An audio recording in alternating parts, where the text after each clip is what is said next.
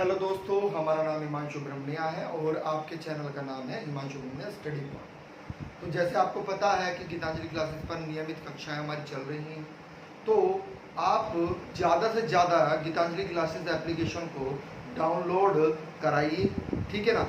कम से कम उनको पता लगे कि ये प्लेटफॉर्म कैसा है, यहाँ पर किस तरह की पढ़ाई कराई जाती है और सिलेक्शन किस प्रकार से दिया जाता है, ठीक है ना। तो ज़्यादा से ज़्यादा गीतांजलि एप्लीकेशन को डाउनलोड आप कराइए, ठीक है। आइएगा, आज हम प्रस्तावना प्रेम्बल्स पढ़ चुके हैं, मसौदा पढ़ चुके हैं, ठीक है ना।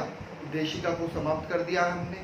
तो आज भाग 1 है ना, संविधान का भाग 1 हमें पढ़ना है और यहाँ से प्रश्न अधिकतर बनते आए हैं। ये वीडियो आपके लिए बहुत ही महत्वपूर्ण रहेगी, तो इसको बिल्कुल ध्यान से पढ़ना है और सुनना है, और जो हम बोलेंगे लिखने के लिए वह आपको लिखना है, ठीक है। तो आइएगा, स्टार्ट करते हैं। देखिएगा, संविधान भाग 1 की बात कर रहे हैं हम, तो उसमें किस शीर्षक क्या है, उसका शीर्षक है संघ एवं उसका राज्य क्षेत्र, ठीक है। क्लियर पॉइंट, आ रही है बात समझ में। और ये अनुच्छेद 1 से 4 तक है। क्या है? अनुच्छेद 1 से 4 तक है। और वास्तव में प्रश्न ये भी बनता है कि किस अनुसूची, इसको नोट आउट करिएगा, कि किस अनुसूची में भारत का नाम, ठीक है, वह उसका राज्य क्षेत्र बताया गया है। तो वास्तव में अनुसूची 1 में भारत का अर्थात संघ का क्षेत्र वह उसका राज्य क्षेत्र बताया गया है। पॉइंट क्लियर है। इससे कभी कभी ऐसे भी प्रश्न बन जाता है कि भारत राज्यों का संघ है। भारत क्या है? राज्यों का संघ है। यह किस अनुसूची में कहा गया है? तो अनुसूची 1 में ही कहा गया है। और यह वास्तव में किस अनुच्छेद में कहा गया है? तो अनुच्छेद 1 में कहा गया है। किसमें? अनुच्छेद 1 में, ठीक है। आइएगा, आगे चलते हैं। देखिएगा, बिल्कुल ध्यान से सुनना है। वास्तव में होता क्या है कि आपसे प्रश्न बनता है कि संघ व उसका राज्य क्षेत्र किस अनुच्छेद से संबंधित है? तो अनुच्छेद 1 से संबंधित है। फिर आपसे पूछा जाता है कि एकमात्र अनुच्छेद बताइएगा जिसमें भारत व इंडिया शब्द का प्रयोग किया गया है। तो एकमात्र अनुच्छेद कौन सा है? एक है जिसमें भारत और इंडिया शब्द का उल्लेख किया गया है। हुआ क्या कि संविधान सभा में विवाद हुआ। किसमें? संविधान सभा में क्या होता है? विवाद होता है कि भैया हम अपने देश का नाम कॉन्स्टिट्यूशन में भारत रखें या फिर इंडिया रखें। तो इसी संदर्भ में होता क्या है कि एक सुझाव निकलता है। सुझाव यह निकलता है कि वास्तव में जब आप हिंदी में संविधान को लिखेंगे या पढ़ेंगे तो तब आप भारत शब्द का प्रयोग पहले करेंगे, है ना। भारत शब्द का प्रयोग पहले करेंगे। यदि आप क्या करते हैं, बिल्कुल ध्यान समझिएगा, यदि आप इंग्लिश में संविधान को लिखते हैं या फिर पढ़ते हैं तो आप पहले अंग्रेजी में, है ना, तो आप इंडिया शब्द का प्रयोग करेंगे पहले। अंतर समझ गए होंगे। कैसे भी तथ्यात्मक रूप से आपसे प्रश्न पूछ सकता है। अर्थात जब आप हिंदी में पढ़ते हैं, लिखते हैं, तो आपको इंडियन शब्द का प्रयोग करना है, इंडिया शब्द का प्रयोग करना है उसके बाद, या हिंदी का, है ना। ऐसे लिखा जाएगा भारत, इंडिया या फिर भारत। और अगर आप हिंदी में पढ़ रहे हैं तो पहले भारत शब्द आएगा या इंडिया शब्द आएगा। पॉइंट क्लियर है। चलिए अगला फैक्ट समझिएगा, बहुत ही महत्वपूर्ण है। यहां से प्रश्न अधिकतर बनता है यूनियन से। देखिएगा, वास्तव में यूनियन के लिए, है ना, क्योंकि इन्होंने क्या कहा कि भारत राज्यों का एक संघ है, अर्थात एक यूनियन है। यानी कि भारत एक ऐसा संघ है ना, ऐसा राज्यों का संघ है जिसको तोड़ा नहीं जा सकता, जिसको तोड़ा नहीं जा सकता, राज्यों को अलग अलग नहीं किया जा सकता। संदर्भ में समझिएगा, बिल्कुल कथन निष्कर्ष में ये प्रश्न आएंगे कि राज्यों को तोड़ा तो जा सकता है, लेकिन उसका केंद्रीयकरण किसके पास रहेगा? केंद्र के पास रहेगा। अर्थात जो आपका संघ है ना, उसके पास रहेगा। अर्थात भले ही राज्य अलग अलग हो, लेकिन उनका केंद्रीयकरण किसके पास में है ना, केंद्रीय शक्ति किसके पास में है, केंद्र के पास में है, अर्थात संघ के पास में है। क्लियर है पॉइंट, आ रही है बात समझ में। तो होता क्या है वास्तव में कि पूछा गया है कि वास्तव में संघ के लिए किस शब्द का प्रयोग किया गया है, तो यूनियन शब्द का प्रयोग किया गया है।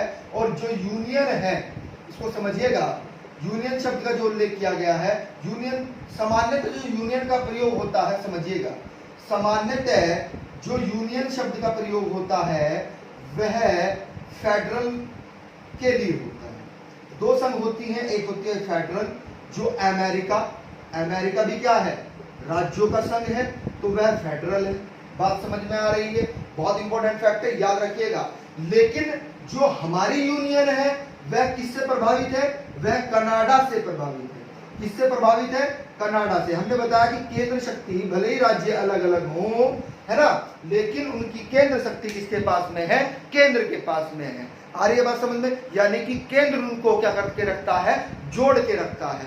तो ये कनाडा से प्रभावित है हमारी यूनियन। पूछा जाता है प्रश्न कि भारत में जो संघ यूनियन शब्द का प्रयोग किया गया है वह वास्तव में किससे प्रभावित है, तो वास्तव में कनाडा से प्रभावित है, ना कि फेडरल अर्थात अमेरिका से प्रभावित है।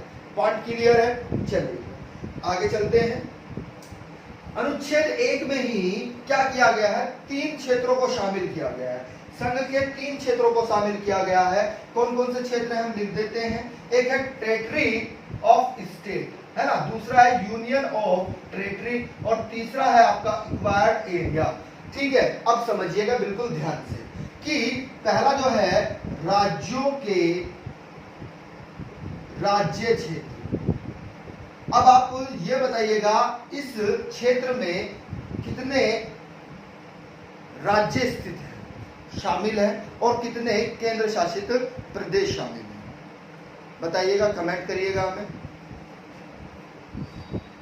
बिल्कुल 29, कितने 29 राज्य हैं, और केंद्र शासित प्रदेश कितने हैं, 9 केंद्र शासित प्रदेश हैं। कितने, 9 केंद्रीय शासित प्रदेश हैं। 2 कौन से बने हैं वर्तमान में, एक जम्मू और दूसरा लद्दाख। एक जम्मू और दूसरा लद्दाख बना है। इससे पहले साथी थे, लेकिन वर्तमान में अगर पूछेगा तो केंद्र शासित प्रदेश कितने हैं आपके, तो केंद्र शासित प्रदेश आपके कितने हैं, 9 हैं। पॉइंट क्लियर है। तो यानी कि वर्तमान में हमारे कितने हैं, 29 राज्य हैं, है ना। अगर हम बात करें दूसरे की, किसकी, कि संघ राज्य क्षेत्र, संघ राज्य क्षेत्र की बात करें तो वह कितने हैं भाई, अभी हमने बताया कि वे 9, कितने हैं, 9 हैं। अगर हम तीसरे की बात करें, बहुत इंपॉर्टेंट है, ऐसे क्षेत्र, बिल्कुल ध्यान समझिएगा, ऐसे क्षेत्र, ऐसे अन्य राज्य क्षेत्र जो हिंदी में लिख रहे हैं, जो अर्जित किए जाएं। ऐसे अन्य राज्य क्षेत्र जो क्या किया जाए, अर्जित किए जाए। पहले क्या था वास्तव में समझिएगा, पौंडीचेरी, है ना। तो पौंडीचेरी में आपको पता ही है कि कब 1962 में क्या होता है भाई, संविधान संशोधन किया जाता है ना। क्योंकि पौंडीचेरी जो था, बहुत इंपॉर्टेंट है, पौंडीचेरी जो था वास्तव में फ्रांसीसी कॉलोनी थी। क्या थी, फ्रांसीसी कॉलोनी थी, और ये भारत के क्षेत्र में ही आ रही थी, लेकिन इस पर हमारा अधिकार नहीं था। लेकिन 1962 में क्या होता है, यानी कि इसको भारत के राज्यों में विलय कर दिया जाता है। आ रही है बात समझ में, क्लियर है पॉइंट, बात समझ में आ रही है। किस संविधान संशोधन के द्वारा किया जाता है, तो 14वें संविधान संशोधन द्वारा किया जाता है। किसके, 14वें संविधान संशोधन के द्वारा। अब इसको समझिएगा, अर्जित क्षेत्र को।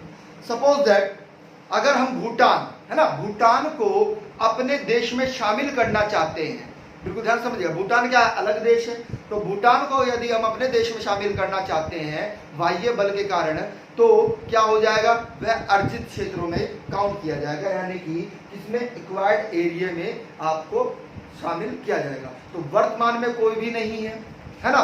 पहले क्या था, पौंडीचेरी था, सिक्किम भी ऐसे ही था, है ना। आ रही है बात समझ में, तो इनको क्या किया गया था, शामिल किया गया था। बहुत इंपॉर्टेंट फैक्टर, प्रश्न बनता है यहां से, याद रखिएगा, ठीक है। आइएगा, अब देखिएगा, बिल्कुल ध्यान से समझिएगा, एक प्रश्न बहुत इंपॉर्टेंट है जो आपसे बार बार परीक्षाओं में पूछा जाता है। तो वह प्रश्न कौन सा है कि वास्तव में देखिएगा, घुमाकर पूछा गया है कि संघ का नाम व उसके क्षेत्रों का उल्लेख किस अनुच्छेद में है। तो वास्तव में अनुच्छेद 1 में है। किसमें? अनुच्छेद 1 में। अनुच्छेद 2 देखिएगा, ये जिस पर हमने इंपोर्टेंट लिखा हुआ है इनको नहीं भूलना है, ब्लू कलर से, ये बार बार परीक्षाओं में रिपीट होते हैं प्रश्न, बहुत ही महत्वपूर्ण है।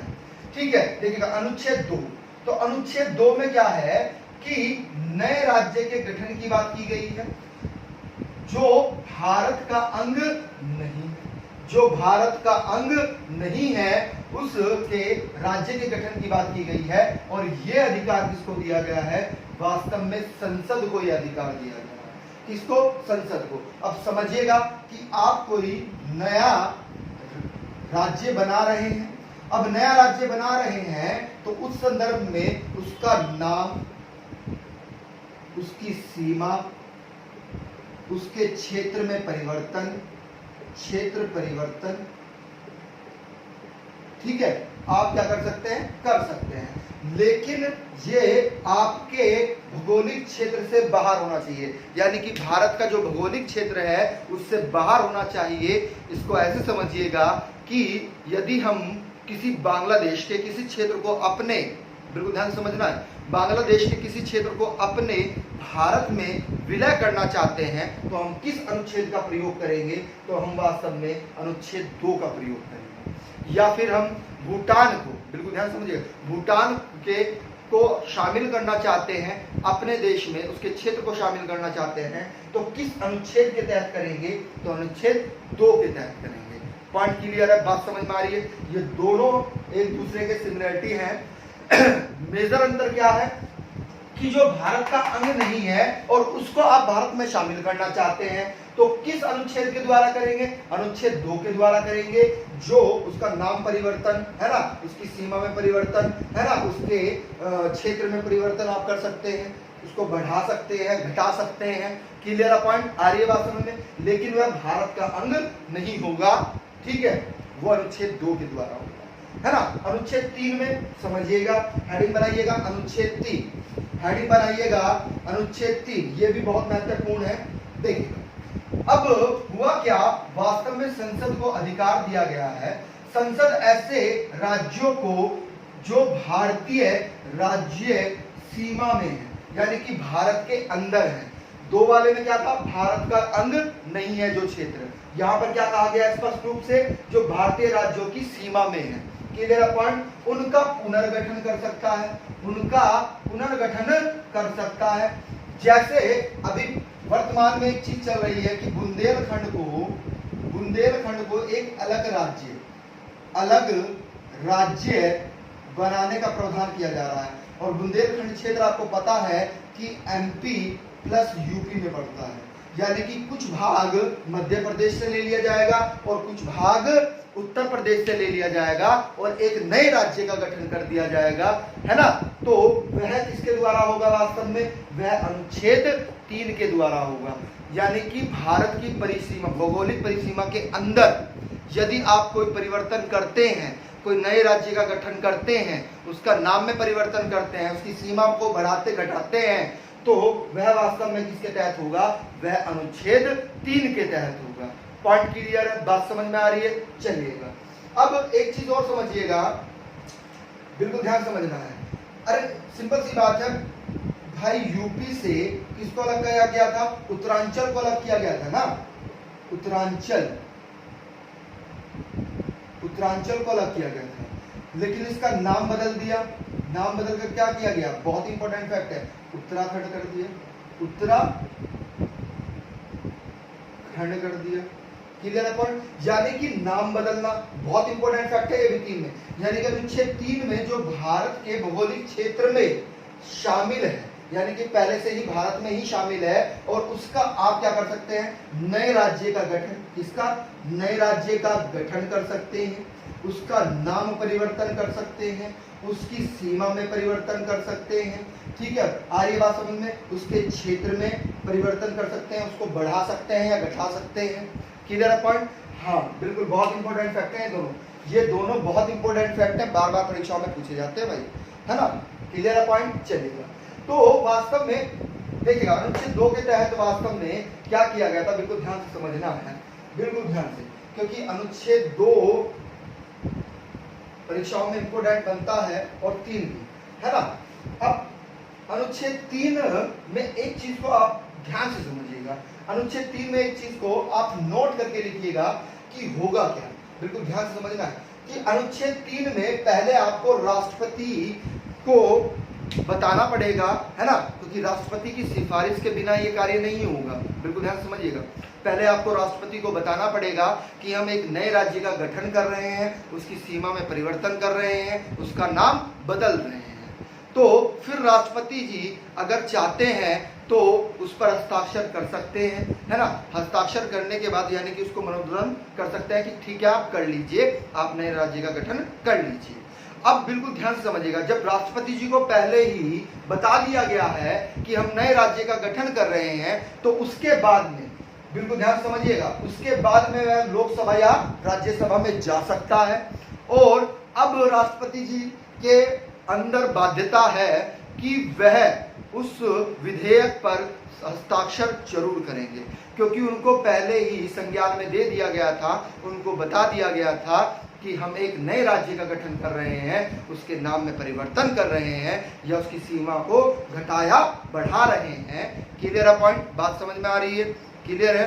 तो अब बाध्यता बन गई है किसके साथ, राष्ट्रपति जी के साथ बाध्यता बन गई है कि अब वह अपनी पावर, वीटो पावर का प्रयोग नहीं करेंगे, है ना, पॉकेट पावर का प्रयोग नहीं करेंगे। अब वह बाध्यता हो गई है कि उनको हस्ताक्षर करना ही होगा, और जैसे ही वे हस्ताक्षर कर देते हैं तो क्या बन जाता है, कानून बन जाता है, एक्ट बन जाता है। पॉइंट क्लियर है, बात समझ में आ रही है। अब एक चीज और समझिएगा, दोनों सदनों में से किसी भी सदन में यह विधेयक लाया जा सकता है। जरूरी नहीं है कि आप पहले लोकसभा में लाएं फिर राज्यसभा में लाएं, आप दोनों में से किसी भी सदन में इसको ला सकते हैं, ठीक है। अब दूसरा फैक्ट क्या है, राष्ट्रपति पहले ही अपनी अनुमति देंगे, फिर ये कहा जाएगा, फिर या तो लोकसभा में जाएगा या फिर राज्यसभा में जाएगा। और दोनों बिल्कुल ध्यान समझिएगा, चाहे लोकसभा हो, लोकसभा या फिर राज्यसभा, इनके साधारण बहुमत से, इससे साधारण बहुमत से यह पारित हो जाएगा। यह प्रश्न भी बहुत इंपॉर्टेंट है, पूछा जाता है, क्या साधारण बहुमत से ये क्या हो जाता है, पारित हो जाता है, पारित कर दिया जाता है। क्लियर है पॉइंट, बात समझ में आ रही है, साधारण बहुमत से। अब दूसरी चीज समझिएगा कि साधारण बहुमत होता क्या है। तो साधारण बहुमत में बिल्कुल ध्यान समझिएगा कि सभा में उपस्थित सदस्य, ठीक है, बटे 2 + 1, यानी कि सभा में उपस्थित सदस्य और +1। पॉइंट क्लियर है। प्रश्न ऐसे भी बन सकता है कि 50% से अधिक बहुमत को हम क्या कहते हैं, 50% से अधिक बहुमत को ही हम साधारण बहुमत कहते हैं। क्या कहते हैं, साधारण बहुमत कहते हैं। पॉइंट क्लियर है, ये क्या वास्तव में साधारण बहुमत है, यानी कि सभा में उपस्थित सदस्य बटे 2 + 1, यानी कि उनका आधा, है ना।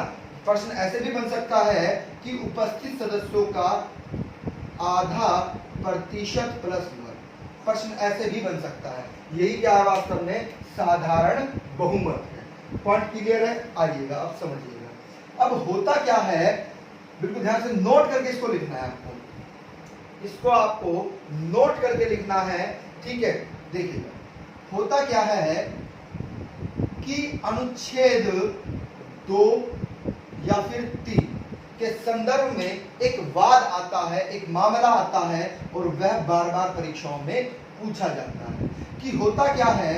बिल्कुल ध्यान समझिएगा, बेरुबाड़ी मामला इसको कहते हैं। क्या नाम दिया है, बेरुबाड़ी मामला।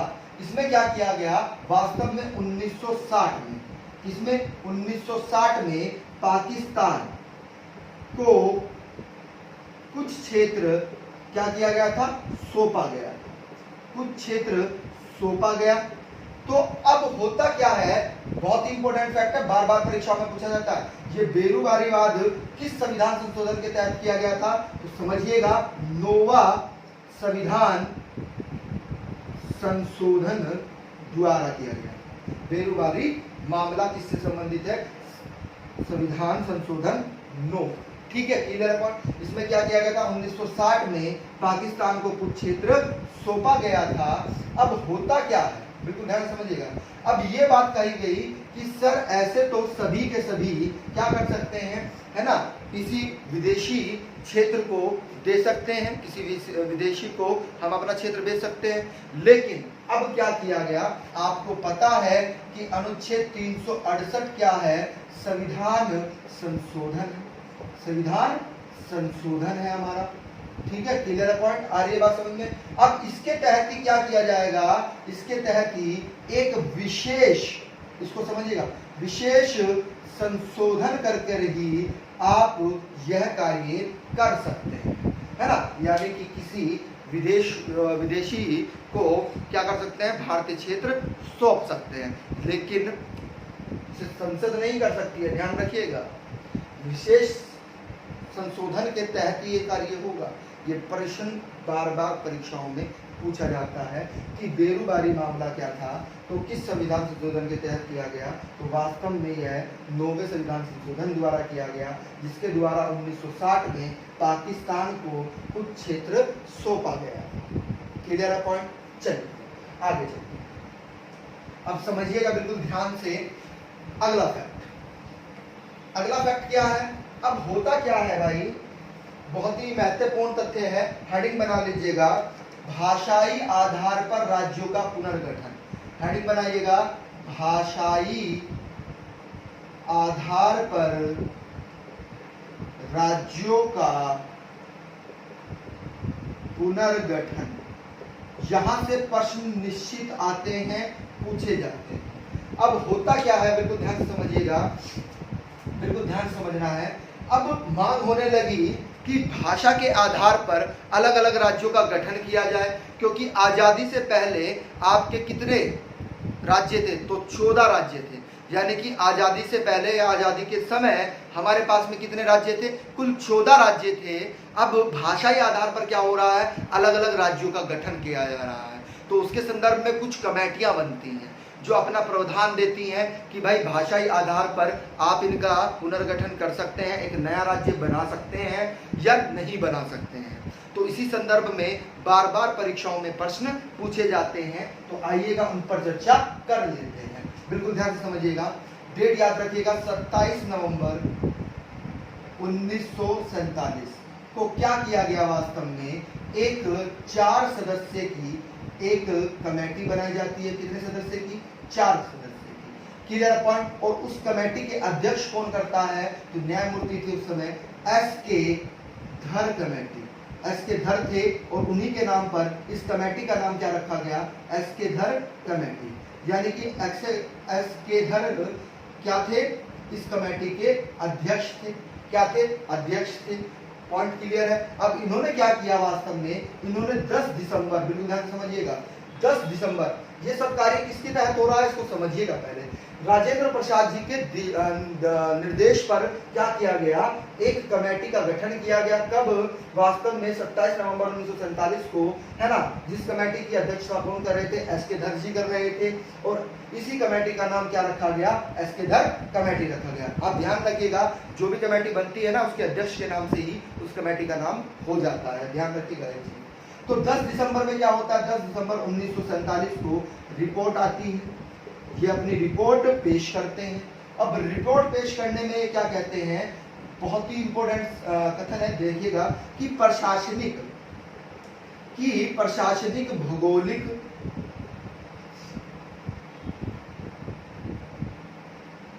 भौगोलिक वित्तीय, ये शब्द आपका इंपॉर्टेंट बनेगा, भौगोलिक वित्तीय एवं विकास की सुविधा पर राज्यों का पुनर्गठन आपका सुझाव, पॉइंट क्लियर है, सुझाव दिया। यहां पर सुझाव की बात की जा रही है, इसको समझिएगा। यहां पर किसकी बात की जा रही है, सुझाव की बात की जा रही है, किया नहीं गया था, बात को समझिएगा।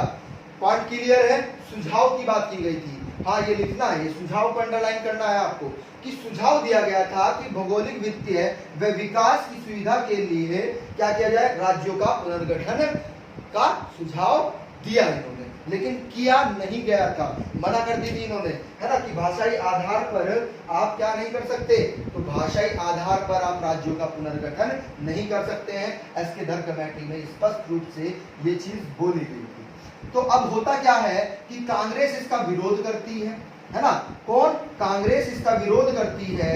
और बहुत इंपॉर्टेंट फैक्ट है, बहुत इंपॉर्टेंट, तो कांग्रेस ने क्या किया भाई, कांग्रेस ने इस कमेटी का क्या किया भाई, विरोध किया। क्या किया, विरोध किया। क्लियर है पॉइंट, आ रही है बात समझ में, ठीक है, आ रही है बात समझ में, बहुत इंपॉर्टेंट फैक्ट था। अब होता क्या है वास्तव में, इसके बाद एक और कमेटी बनाई जाती है जिसे क्या कहा जाता है, ये बहुत इंपॉर्टेंट है, ये किसके द्वारा बनाई जाती है, ये कांग्रेस के द्वारा बनाई जाती है। किसके द्वारा, कांग्रेस के द्वारा एक कमेटी बनाई जाती है, और उस कमेटी का नाम क्या था, जेवीपी कमेटी। क्या नाम था, जेवीपी कमेटी। अब जेवीपी कमेटी किससे संबंधित है, भाषाई आधार पर राज्यों के पुनर्गठन से संबंधित है। एसके धर कमेटी किससे संबंधित है, एसके धर कमेटी भी भाषाई आधार पर राज्यों के पुनर्गठन से संबंधित है। प्रश्न ऐसे ही बनेंगे, प्रश्न ऐसे ही बनने हैं आपके। क्लियर पॉइंट, यहां पर देखिएगा, ये क्या थे, ये जवाहरलाल नेहरू, कौन से, जवाहरलाल नेहरू साहब थे, जैसे कर लीजिएगा, जवाहरलाल नेहरू। वी से कौन थे, वल्लभ भाई पटेल, कौन, वल्लभ भाई पटेल। तीन सदस्य थे, तीन सदस्य थे, कौन कौन से, जवाहरलाल नेहरू, सरदार वल्लभ भाई पटेल और पटवी सितार मैया। ठीक है, ये भी प्रश्न बन जाता है, बार बार परीक्षाओं में पूछ लेता है। तो कितने सदस्य थे, तीन सदस्य थे। कौन से सदस्य थे, तीन सदस्य थे, और इनके अध्यक्ष कौन थे, इनके अध्यक्ष जवाहरलाल नेहरू थे। इस कमेटी के जो अध्यक्ष थे वह कौन थे भाई, वह वास्तव में जवाहरलाल नेहरू जी थे। पॉइंट क्लियर है। अब इन्होंने क्या किया, इन्होंने, बिल्कुल ध्यान समझिएगा, हुआ क्या, इन्होंने बताया कि भाषाई आधार पर पुनर्गठन किया जा सकता है, भाषाई आधार पर पुनर्गठन किया जा सकता है। अब क्यों कहा इन्होंने, उसकी पृष्ठभूमि को आप समझिएगा थोड़ा, इसकी पृष्ठभूमि को आप समझिएगा। एक कांग्रेसी नेता थे, वरिष्ठ नेता, जिन्होंने क्या कहा, जिन्होंने कहा, उनका नाम है पटवी श्री रामुलु, है ना, ये कांग्रेसी नेता थे, वरिष्ठ नेता थे। इन्होंने क्या कहा, जब एसके धर कमेटी ने स्पष्ट मना कर दिया कि भाषाई आधार पर आप राज्यों का पुनर्गठन नहीं कर सकते, तो क्या किया गया कि इन्होंने इसका विरोध किया। और विरोध के संदर्भ में बहुत ही इंपॉर्टेंट नेता थे, याद रखिएगा, पटवी श्री रामुलु, बार बार प्रश्न पूछा जाता है। तो इन्होंने उस कमेटी का विरोध किया, किसका, एसके धर का, एसके धर कमेटी का विरोध किया इन्होंने। और विरोध करने के संदर्भ में क्या किया इन्होंने, आमरण, बिल्कुल ध्यान से समझिएगा, आमरण अनशन पर बैठ गए। अब आमरण अनशन पर ये बैठ गए हैं। अब होता क्या है कि 56 दिन बाद, कितने दिन बाद, ये डेट पूछे जाते हैं, दिन पूछे जाते हैं, 56 दिन बाद 15 दिसंबर, डेट याद रखिएगा, 15 दिसंबर 1952 को होता क्या है, वास्तव में इनका निधन हो जाता है। क्या हो जाता है, निधन हो जाता है, मृत्यु को प्राप्त हो जाते हैं। ठीक है, तो तब जाकर जेपीवी समिति का गठन, सॉरी, उसका एक समिति फिर बनाई जाती है। जब इनका मृत्यु हो जाती है तो तीसरी कमेटी बनाई जाती है, क्योंकि आंध्र प्रदेश में, ये आंध्र प्रदेश के रहने वाले थे, तो आंध्र प्रदेश में भीषण दंगा हो जाता है, जिसके संदर्भ में एक कमेटी फिर बनाई जाती है। और उस कमेटी का नाम भी आप लिखिएगा, बहुत ही इंपॉर्टेंट कमेटी है, अफजल कमेटी, अफजल कमेटी। ठीक है, अब हम ऊपर लिख रहे हैं, यहाँ पर दिखाई नहीं देगा आपको। तो होता क्या है कि अफजल कमेटी 3 सदस्य थी, अभी कितने सदस्यों की थी अफजल कमेटी भी? 3 सदस्य। अफजल कमेटी बनाई जाती है। तो अफजल कमेटी के 3 सदस्य कौन कौन से थे, उनका नाम भी परीक्षाओं में पूछ लिया जाता है। तो याद रखिएगा आप, एक तो अफजली थे, अली अफजल थे एक तो, ठीक है, अली अफजल या अफजल अली थे, ठीक है। दूसरे व्यक्ति कौन थे भाई? दूसरे व्यक्ति आपके बहुत इंपॉर्टेंट है, के एम पीनकर थे। और तीसरे व्यक्ति कौन थे? हृदयनाथ कुंजरू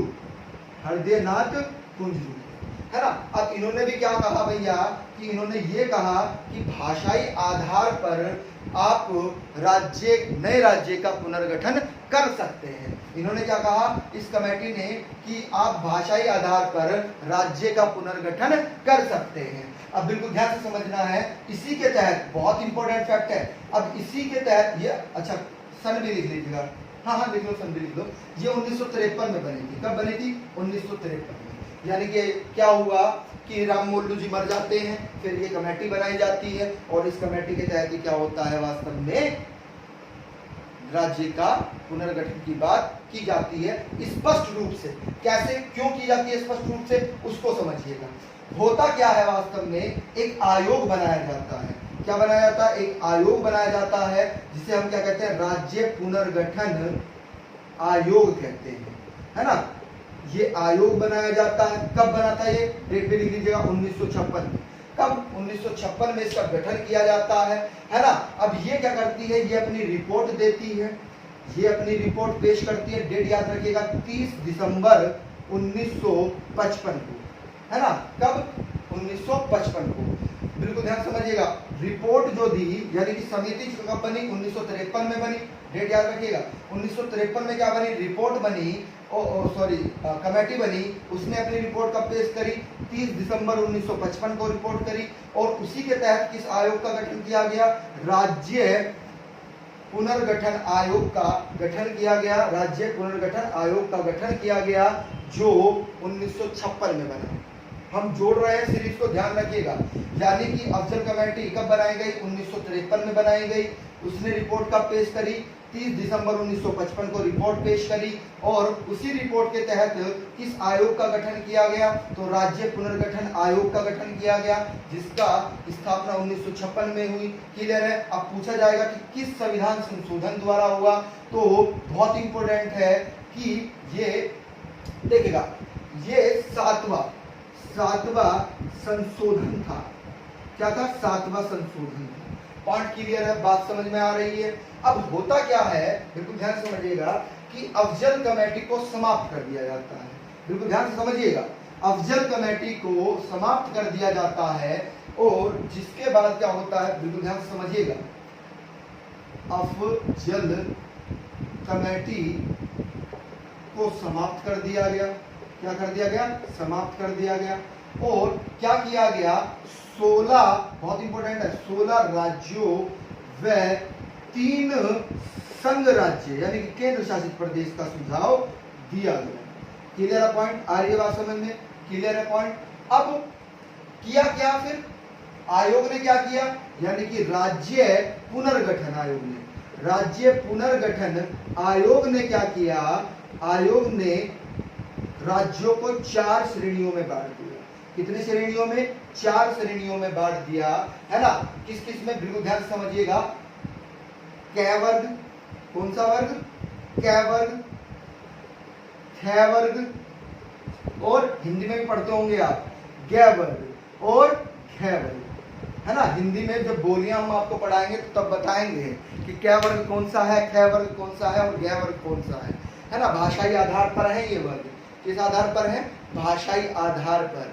ठीक है, क्लियर है पॉइंट? हिंदी में आप चर्चा इसकी होगी, क्योंकि इससे जुड़ा हुआ तथ्य है, तो वहां पर चर्चा से हम करेंगे। ठीक है। अब वास्तव में किया क्या गया कि अब बिल्कुल ध्यान समझिएगा, जब अफजल समिति को समाप्त किया गया था, जब तो 14 राज्य व 3 संघ राज्यों का सुझाव दिया गया था। लेकिन जब राज्य पुनर्गठन आयोग ने क्या किया, 3 श्रेणियों में बांटा। तो उस समय बिल्कुल ध्यान समझिएगा कि उस समय कितने राज्य थे, तो उस समय 14 राज्य थे आपके। कितने? 14 राज्य थे। वह संघ कितने थे, केंद्र शासित प्रदेश, यानी कि 6 आपके केंद्र शासित प्रदेश थे। किसी किसी बुक में 5 भी लिखा होता है, तो कंफ्यूज नहीं होना है, राज्य ही आपको वो है बोलेगा। क्लियर है पॉइंट? किसी किसी बुक में 5 भी लिखा होता है, लेकिन आयोग क्या मानता है, आयोग ये मानता है कि 1956 से पहले वास्तव में हमारे पास में 14 क्या थे, राज्य थे। बस इसका ही वर्णन देता है। ठीक है, आइए, पॉइंट क्लियर है, बात समझ में आ रही है। तो अब किया क्या गया, बिल्कुल ध्यान समझिएगा कि ये सब चीजें भाषाई आधार पर थी। अब अनुच्छेद 3 के तहत हमने क्यों बताया, इसको नोट करके क्यों लिखवाया है, क्योंकि भारत को क्या कहा जाता है, भारत को विनाशी राज्यों का अविनाशी संघ कहते हैं। क्योंकि राज्यों का आप तोड़ सकते हैं, है ना, राज्यों का आप तोड़ सकते हैं, अर्थात नए राज्य का गठन कर सकते हैं, है ना, लेकिन केंद्र शक्ति किसके पास में है, केंद्र शक्ति किसके पास में है, केंद्र के पास में, संघ के पास में है ना। तो उस शक्ति से वह क्या होते हैं, जुड़े रहते हैं, है ना। तो तभी तो क्या है, वह अविनाशी संघ है। यानी कि संघ का विनाश आप नहीं कर सकते हैं, केंद्र का विनाश आप नहीं कर सकते हैं, है ना, राज्यों का आप विनाश कर सकते हैं। तो इसी संदर्भ में क्या कहा जाता है, भारत विनाशी राज्यों का अविनाशी राज्य है। क्लियर है पॉइंट? और ये प्रश्न ऐसे भी बनता है कि भारत विनाशी राज्यों का अविनाशी संघ है, इसका प्रावधान या इसका संबंध किस अनुच्छेद से है, तो इसका संबंध वास्तव में अनुच्छेद 3 से है। पॉइंट क्लियर है, बात समझ में आ रही है? ठीक है। अब चौथा जो फैक्ट है, देखिएगा, एक चीज समझिएगा, आप नोट करके पहले एक चीज लिखिएगा, चौथा हम बाद में बताएंगे आपको, पहले आप नोट करके एक चीज लिखिएगा, क्योंकि कुछ राज्य हैं वो पूछे जाते हैं। होता क्या है वास्तव में, बिल्कुल ध्यान से समझना है, बहुत ही इंपॉर्टेंट फैक्ट है कि 14वें संविधान संशोधन द्वारा, 14वें संविधान संशोधन द्वारा क्या किया गया 1962 में, किसमें, 1962 में, पांडिचेरी, किसको भाई, पांडिचेरी को 6वां संघ राज्य बनाया गया।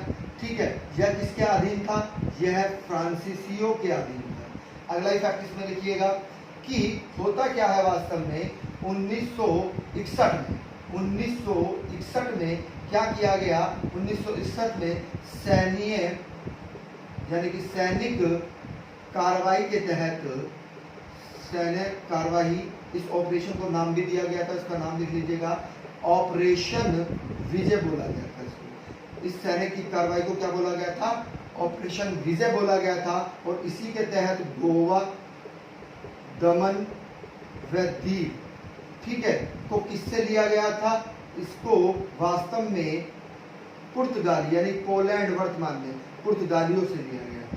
ठीक है, क्लियर पॉइंट, लड़ाई हुई थी, सैनिक कार्रवाई हुई थी, उस ऑपरेशन का नाम क्या था, ऑपरेशन विजय था। गोवा और दमनदीव को लिया गया। कभी कभी प्रश्न ये बन जाता है, गोवा कौन सा संघ राज्य था हमारा, तो 7वां संघ राज्य था ये। गोवा कौन सा था, 7वां संघ राज्य। अगली लाइन से लिखिएगा, अगली लाइन से लिखिएगा, नोट में ही लिखना है अगली। 1963 में क्या होता है, 1963 में क्या होता है, यानी कि गुजराती, बहुत इंपॉर्टेंट है, गुजराती भाषा के आधार पर, किसके आधार पर, गुजराती भाषा के आधार पर क्या किया गया, असम से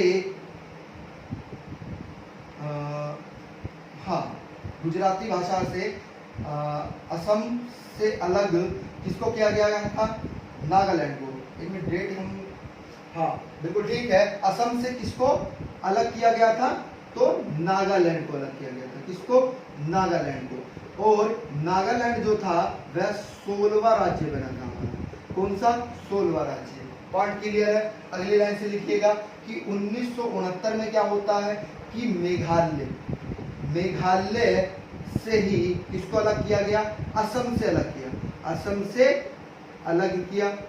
ये लिखना है, ये भी आप छोड़ना नहीं है, ये लिखना है सर, ठीक है ना। हाँ नोट आउट करना है, सब यहाँ से प्रश्न बनता है। अब हुआ क्या, 1972 में मणिपुर व त्रिपुरा और हिमाचल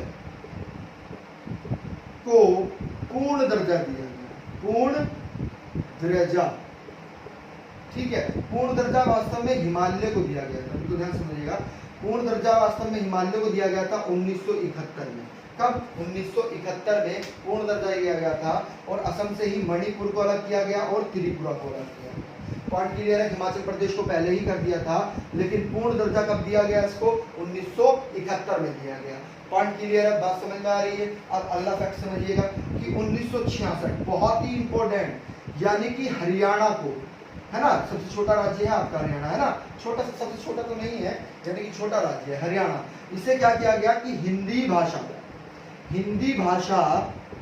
को अलग किया गया, बहुत ही इंपॉर्टेंट, हिंदी भाषा को अलग किया गया। किस भाषा से, तो पंजाब से, पंजाबी भाषा से किसको अलग किया गया, पंजाब से हरियाणा को अलग किया गया। पॉइंट क्लियर है, 1966। अगली लाइन से लिखिएगा, 1974 में क्या होता है समझिएगा, कि 1974 में बहुत ही इंपॉर्टेंट फैक्ट है, बहुत ज्यादा। 1974 में एक संशोधन होता है, ये संशोधन पूछा जाता है 35वां, याद आ गया होगा सभी को। 35वां संशोधन किससे संबंधित है, सिक्किम से संबंधित है। किससे, सिक्किम। तो सिक्किम को अलग राज्य बनाया गया, और वास्तव में सबसे पहले ये शहर राज्य के रूप में बना था। किसके रूप में, शहर राज्य के रूप में। लेकिन 1975 में क्या कर दिया गया, उसको पूर्ण दर्जा दे दिया गया, पूर्ण राज्य का दर्जा। पॉइंट क्लियर है, बात समझ में आ रही है।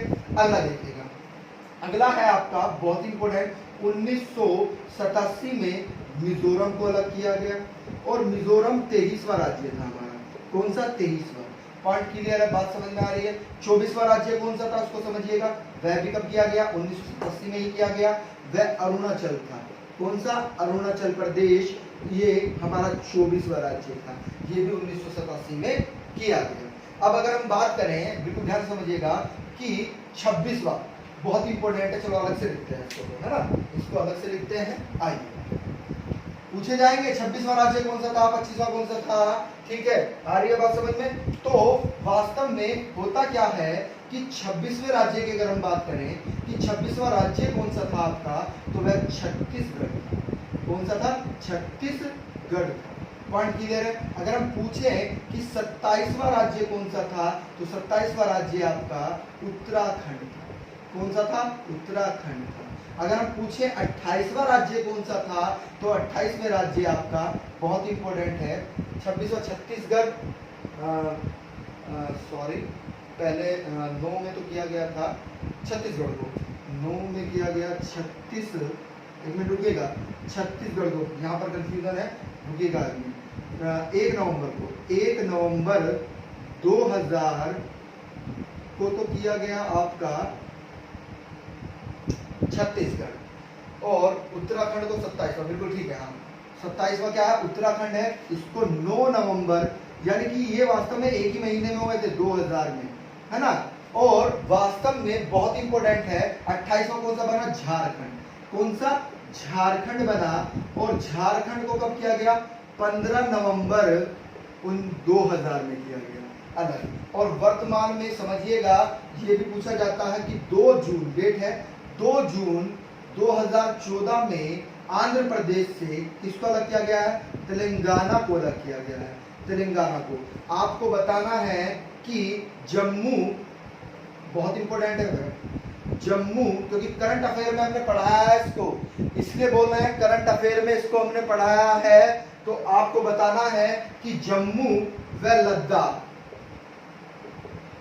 इन राज्यों को कब गठन किया गया, डेट ये आपको बतानी। क्लियर पॉइंट, नहीं मिलेगा तो हम कमेंट में बता देंगे, ठीक है। तो चौथा, आइएगा ये नोट करके, तो चौथे पर आ जाते हैं, समझिएगा, अनुच्छेद चौथा, हेडिंग डाल लीजिएगा। अब समझिएगा कि जो भी अनुच्छेद 2 और 3 में सूचना दी गई है, क्या सूचना दी गई है इसको समझिएगा। कि अनुच्छेद 2 व 3 के लिए संविधान में जो प्रक्रिया द्वारा हम नए राज्य की स्थापना करेंगे, वही प्रक्रिया अनुच्छेद 368 के अधीन संविधान संशोधन नहीं माना जाएगा। बहुत ही इंपॉर्टेंट फैक्ट है, नहीं माना जाएगा। किसके तहत? अनुच्छेद 368 के अधीन संविधान संशोधन नहीं माना जाएगा, क्योंकि हमने पहले ही बता दिया एक विशेष संशोधन के नाम से ये कराया जाएगा। ठीक है, तो आजादी से पहले कितने थे? हमारे 14 राज्य थे, हमने आपको बताया। अगर वीडियो अच्छा लगा हो तो इसे लाइक करिएगा भैया, क्योंकि लाइक और कमेंट से हम समझ जाएंगे कि आपको वीडियो कैसा लगा, और शेयर करिए। ठीक है, आ रही है बात समझ में? जो नए व्यूवर्स हैं वो चैनल को सब्सक्राइब करिएगा। ठीक है, थैंक यू।